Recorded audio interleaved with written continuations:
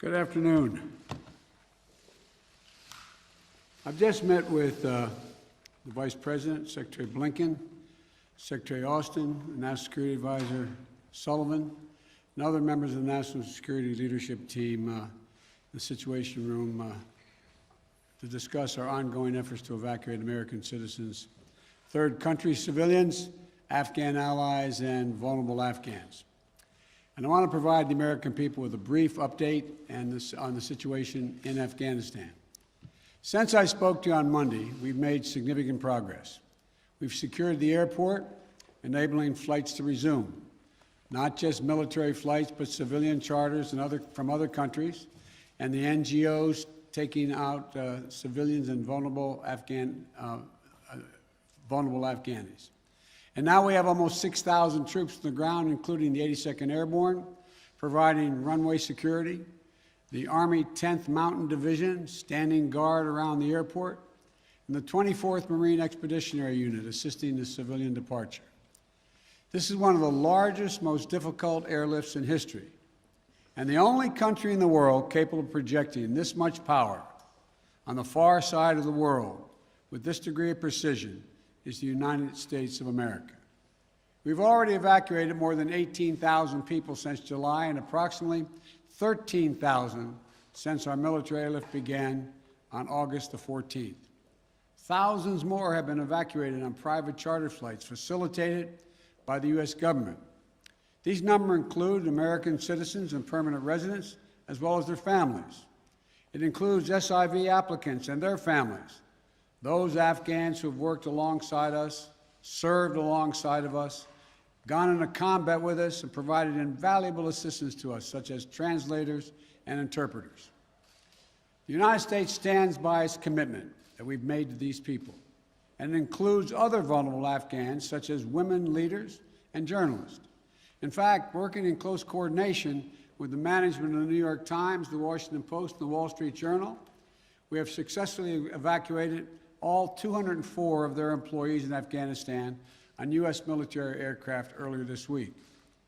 We've established the flow of flights, and we've increased the number of people we're moving out of the country. We paused flights in Kabul a few hours this morning to make sure we could process the arriving evacuees at their transit points. But our commander in Kabul has already given the order for outbound flights to resume. Even with the pause, we've moved out 5,700 evacuees yesterday, and we're working on a variety to verify that number of the Americans are still in country as we work on this, because don't have the exact number of people who are Americans who are there, and those who may have come home to the United States. We want to get a strong number as to exactly how many people are there, how many American citizens, and where they are.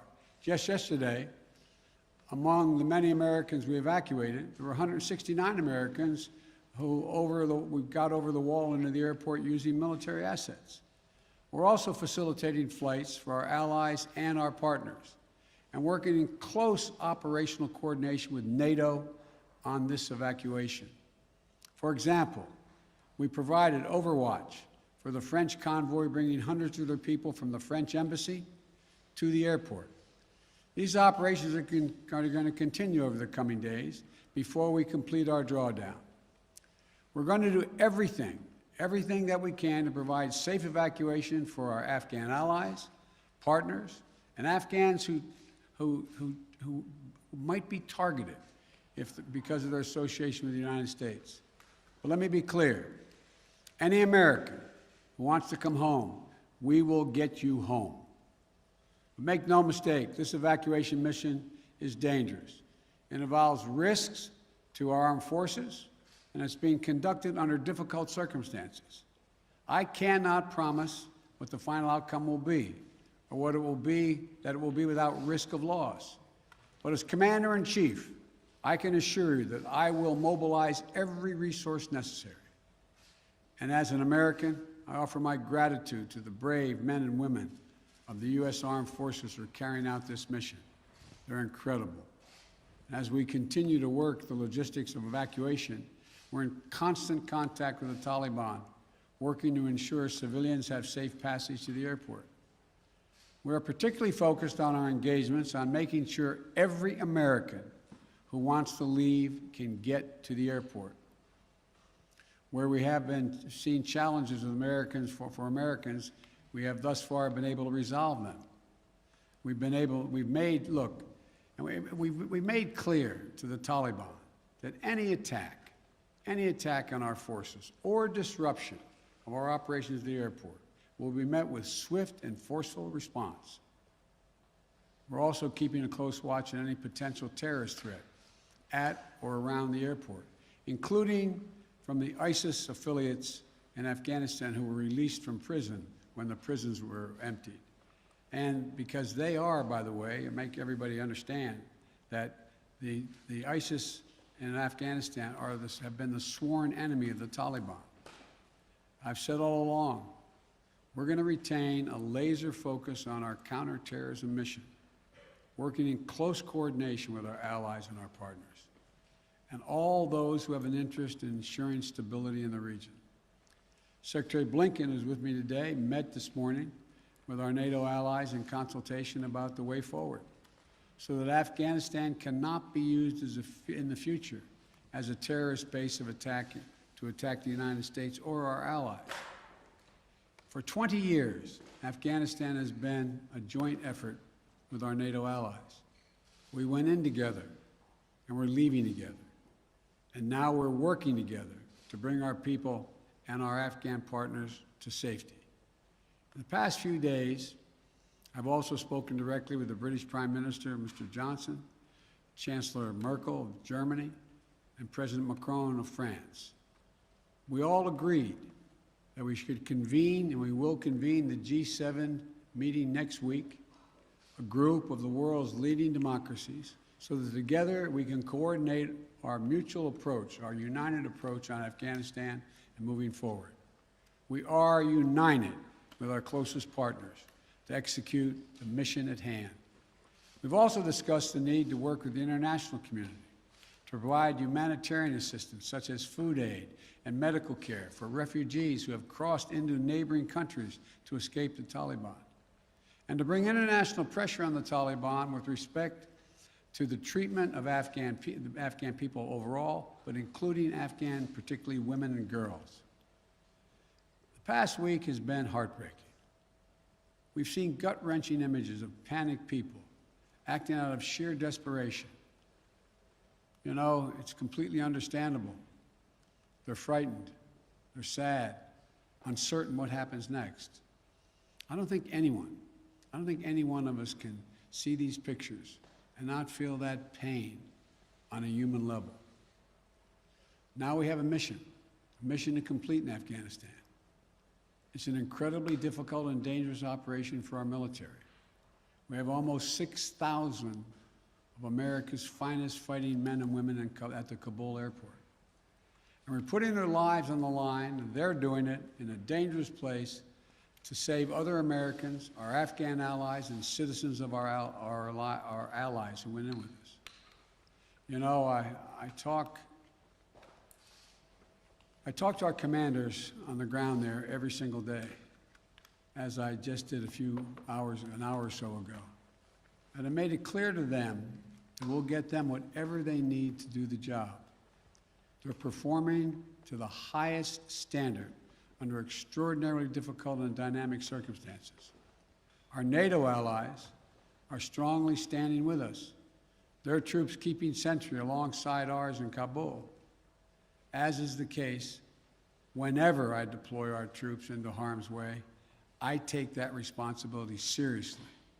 I carry that burden every day, just as I did when I was vice president and my son was deployed to Iraq for a year.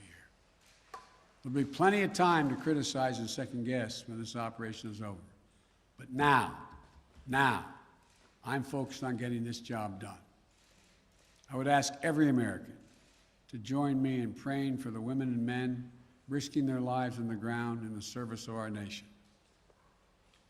As events evolve over the coming days, my team and I will continue to share the information and update the American people on exactly where things are. We'll use every resource necessary to carry out the mission at hand and bring to safety American citizens and our Afghan allies. This is our focus now. And when this is finished, we will complete our military withdrawal and finally bring to an end 20 years of American military action in Afghanistan. Thank you. May God bless you, our troops, our diplomats, and all those serving in harm's way. And now I'll take questions. AP, Zeke Miller. Thank you, Mr. President. You vowed that your election would usher in an era where the world can count on America to live up to its promises. You promised to leave Afghanistan, but you also promised not to help to bring out those who helped America in its war effort. We've seen these heart-wrenching images at the Kabul airport of people trying to get there, say nothing of the people who can't get to that airport. You made the commitment to get American troops out, to get American citizens out.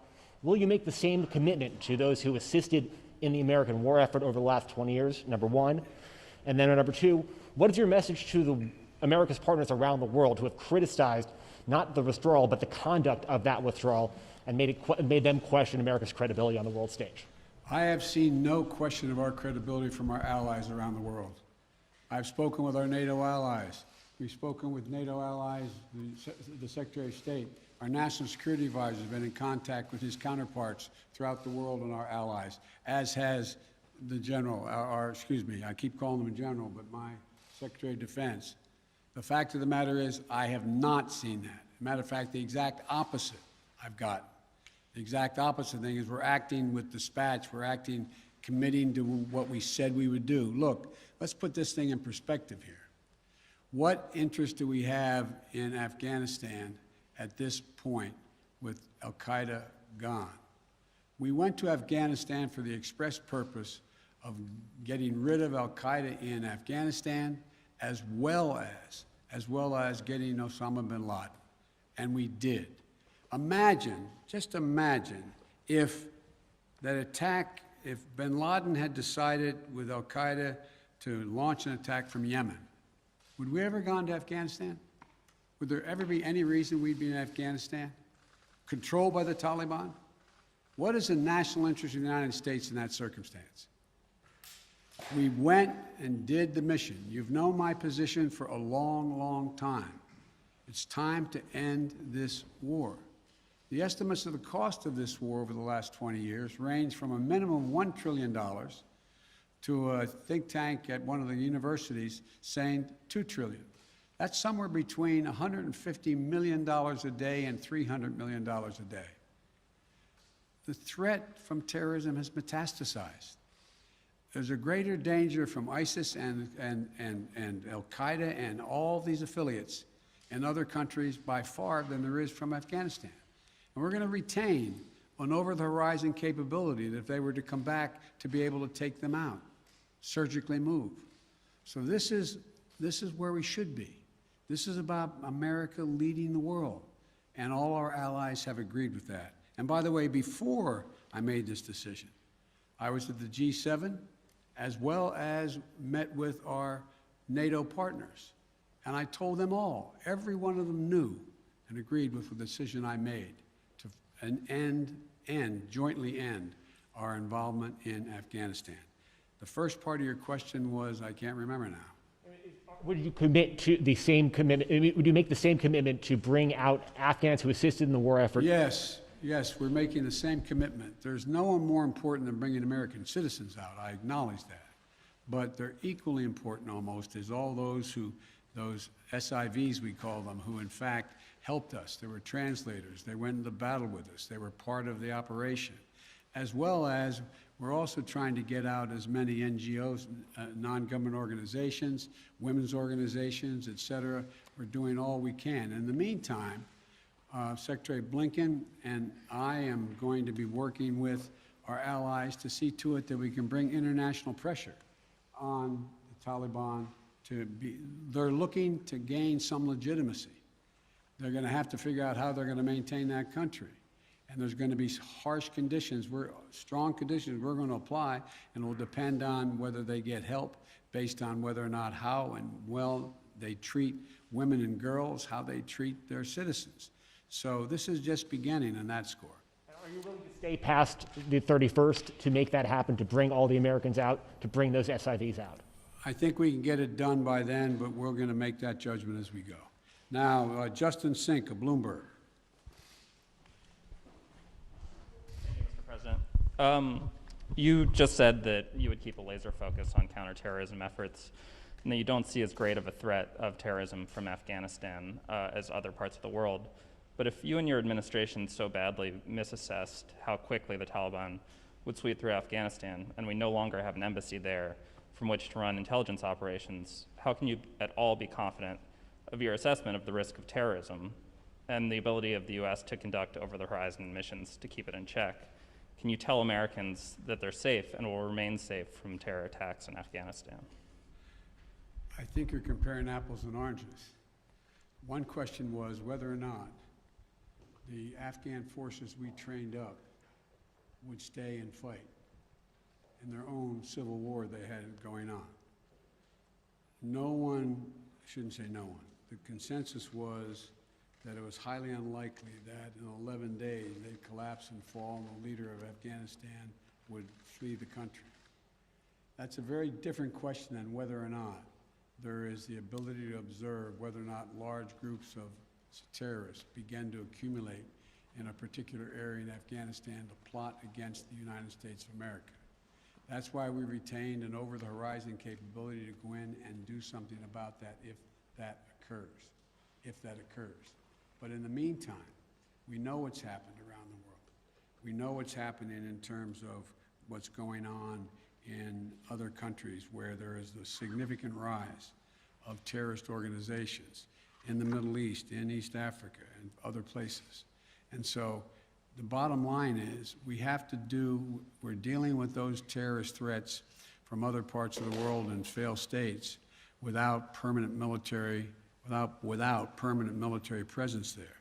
We have to do the same in Afghanistan. Sir, just on that initial assessment, we learned over the last 24 hours that there was a dissent cable from the State Department. Sure. Saying that the Taliban would come faster through Afghanistan. Can you say why, after that cable was issued, the U.S. didn't do more to get Americans out? All kinds of cables, all kinds of advice. If you notice, it ranged from this group saying that they didn't say it'd fall when it would fall, when it did fall, but saying that it would fall, to others saying it wouldn't happen for a long time and they'd be able to sustain themselves through the end of the year. I made the decision. The buck stops with me. I took the consensus opinion.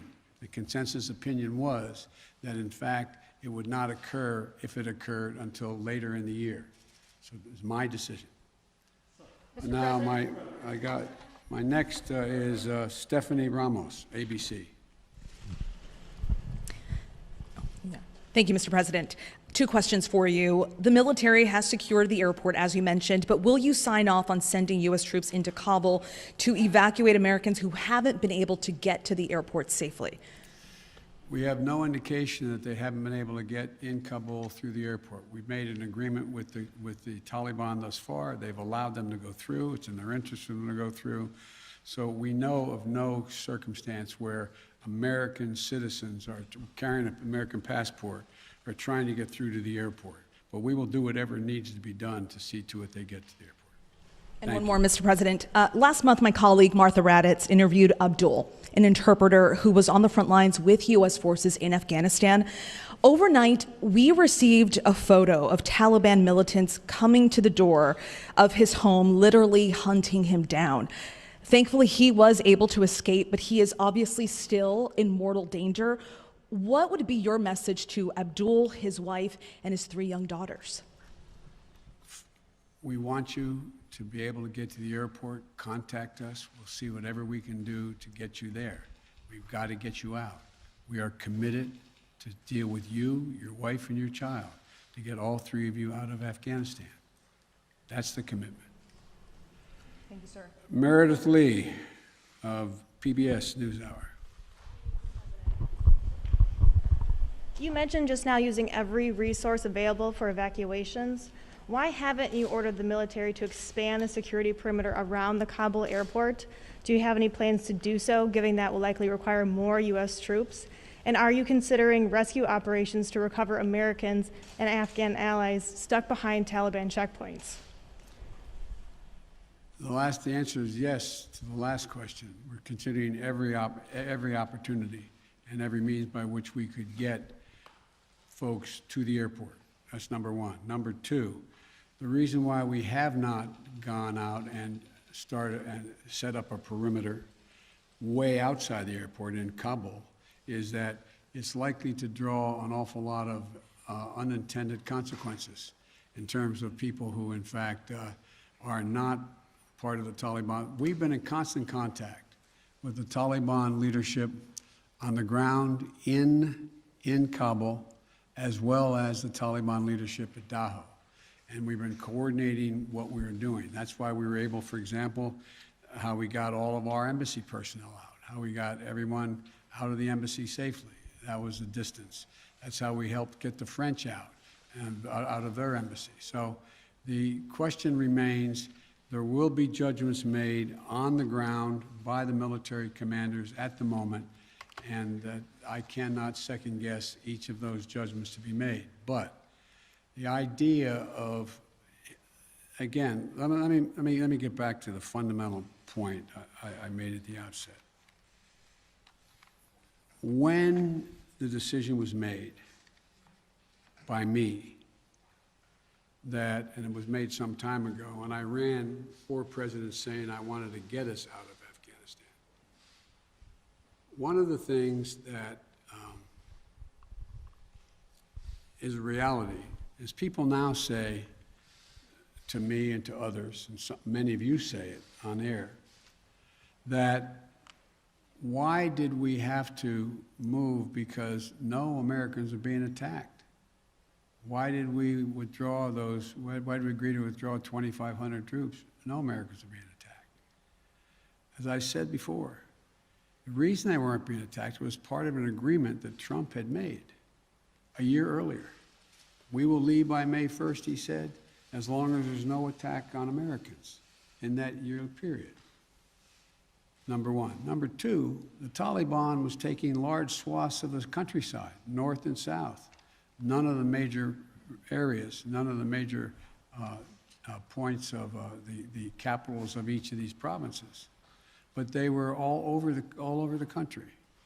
And the idea that if I had said on May the 2nd or 3rd, we are not leaving, we are staying, does anybody truly believe that I would not have had to put in significantly more American forces, send your sons, your daughters, like my son was sent to Iraq, to maybe die?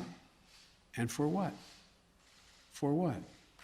So the only rational thing to do, in my view, was to set up and pre-position American forces for the purpose of evacuation, and the aircraft to pre-position those ahead of time so that we would be able to begin the process of evacuation of American citizens, SIVs, and others who helped us.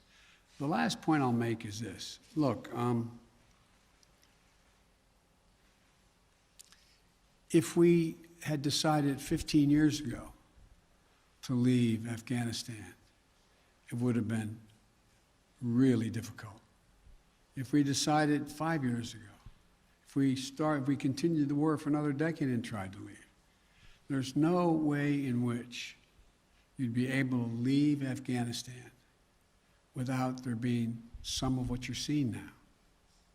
But what we've done so far is we've been able to get a large number of Americans out, all our personnel at the embassy out, and so on.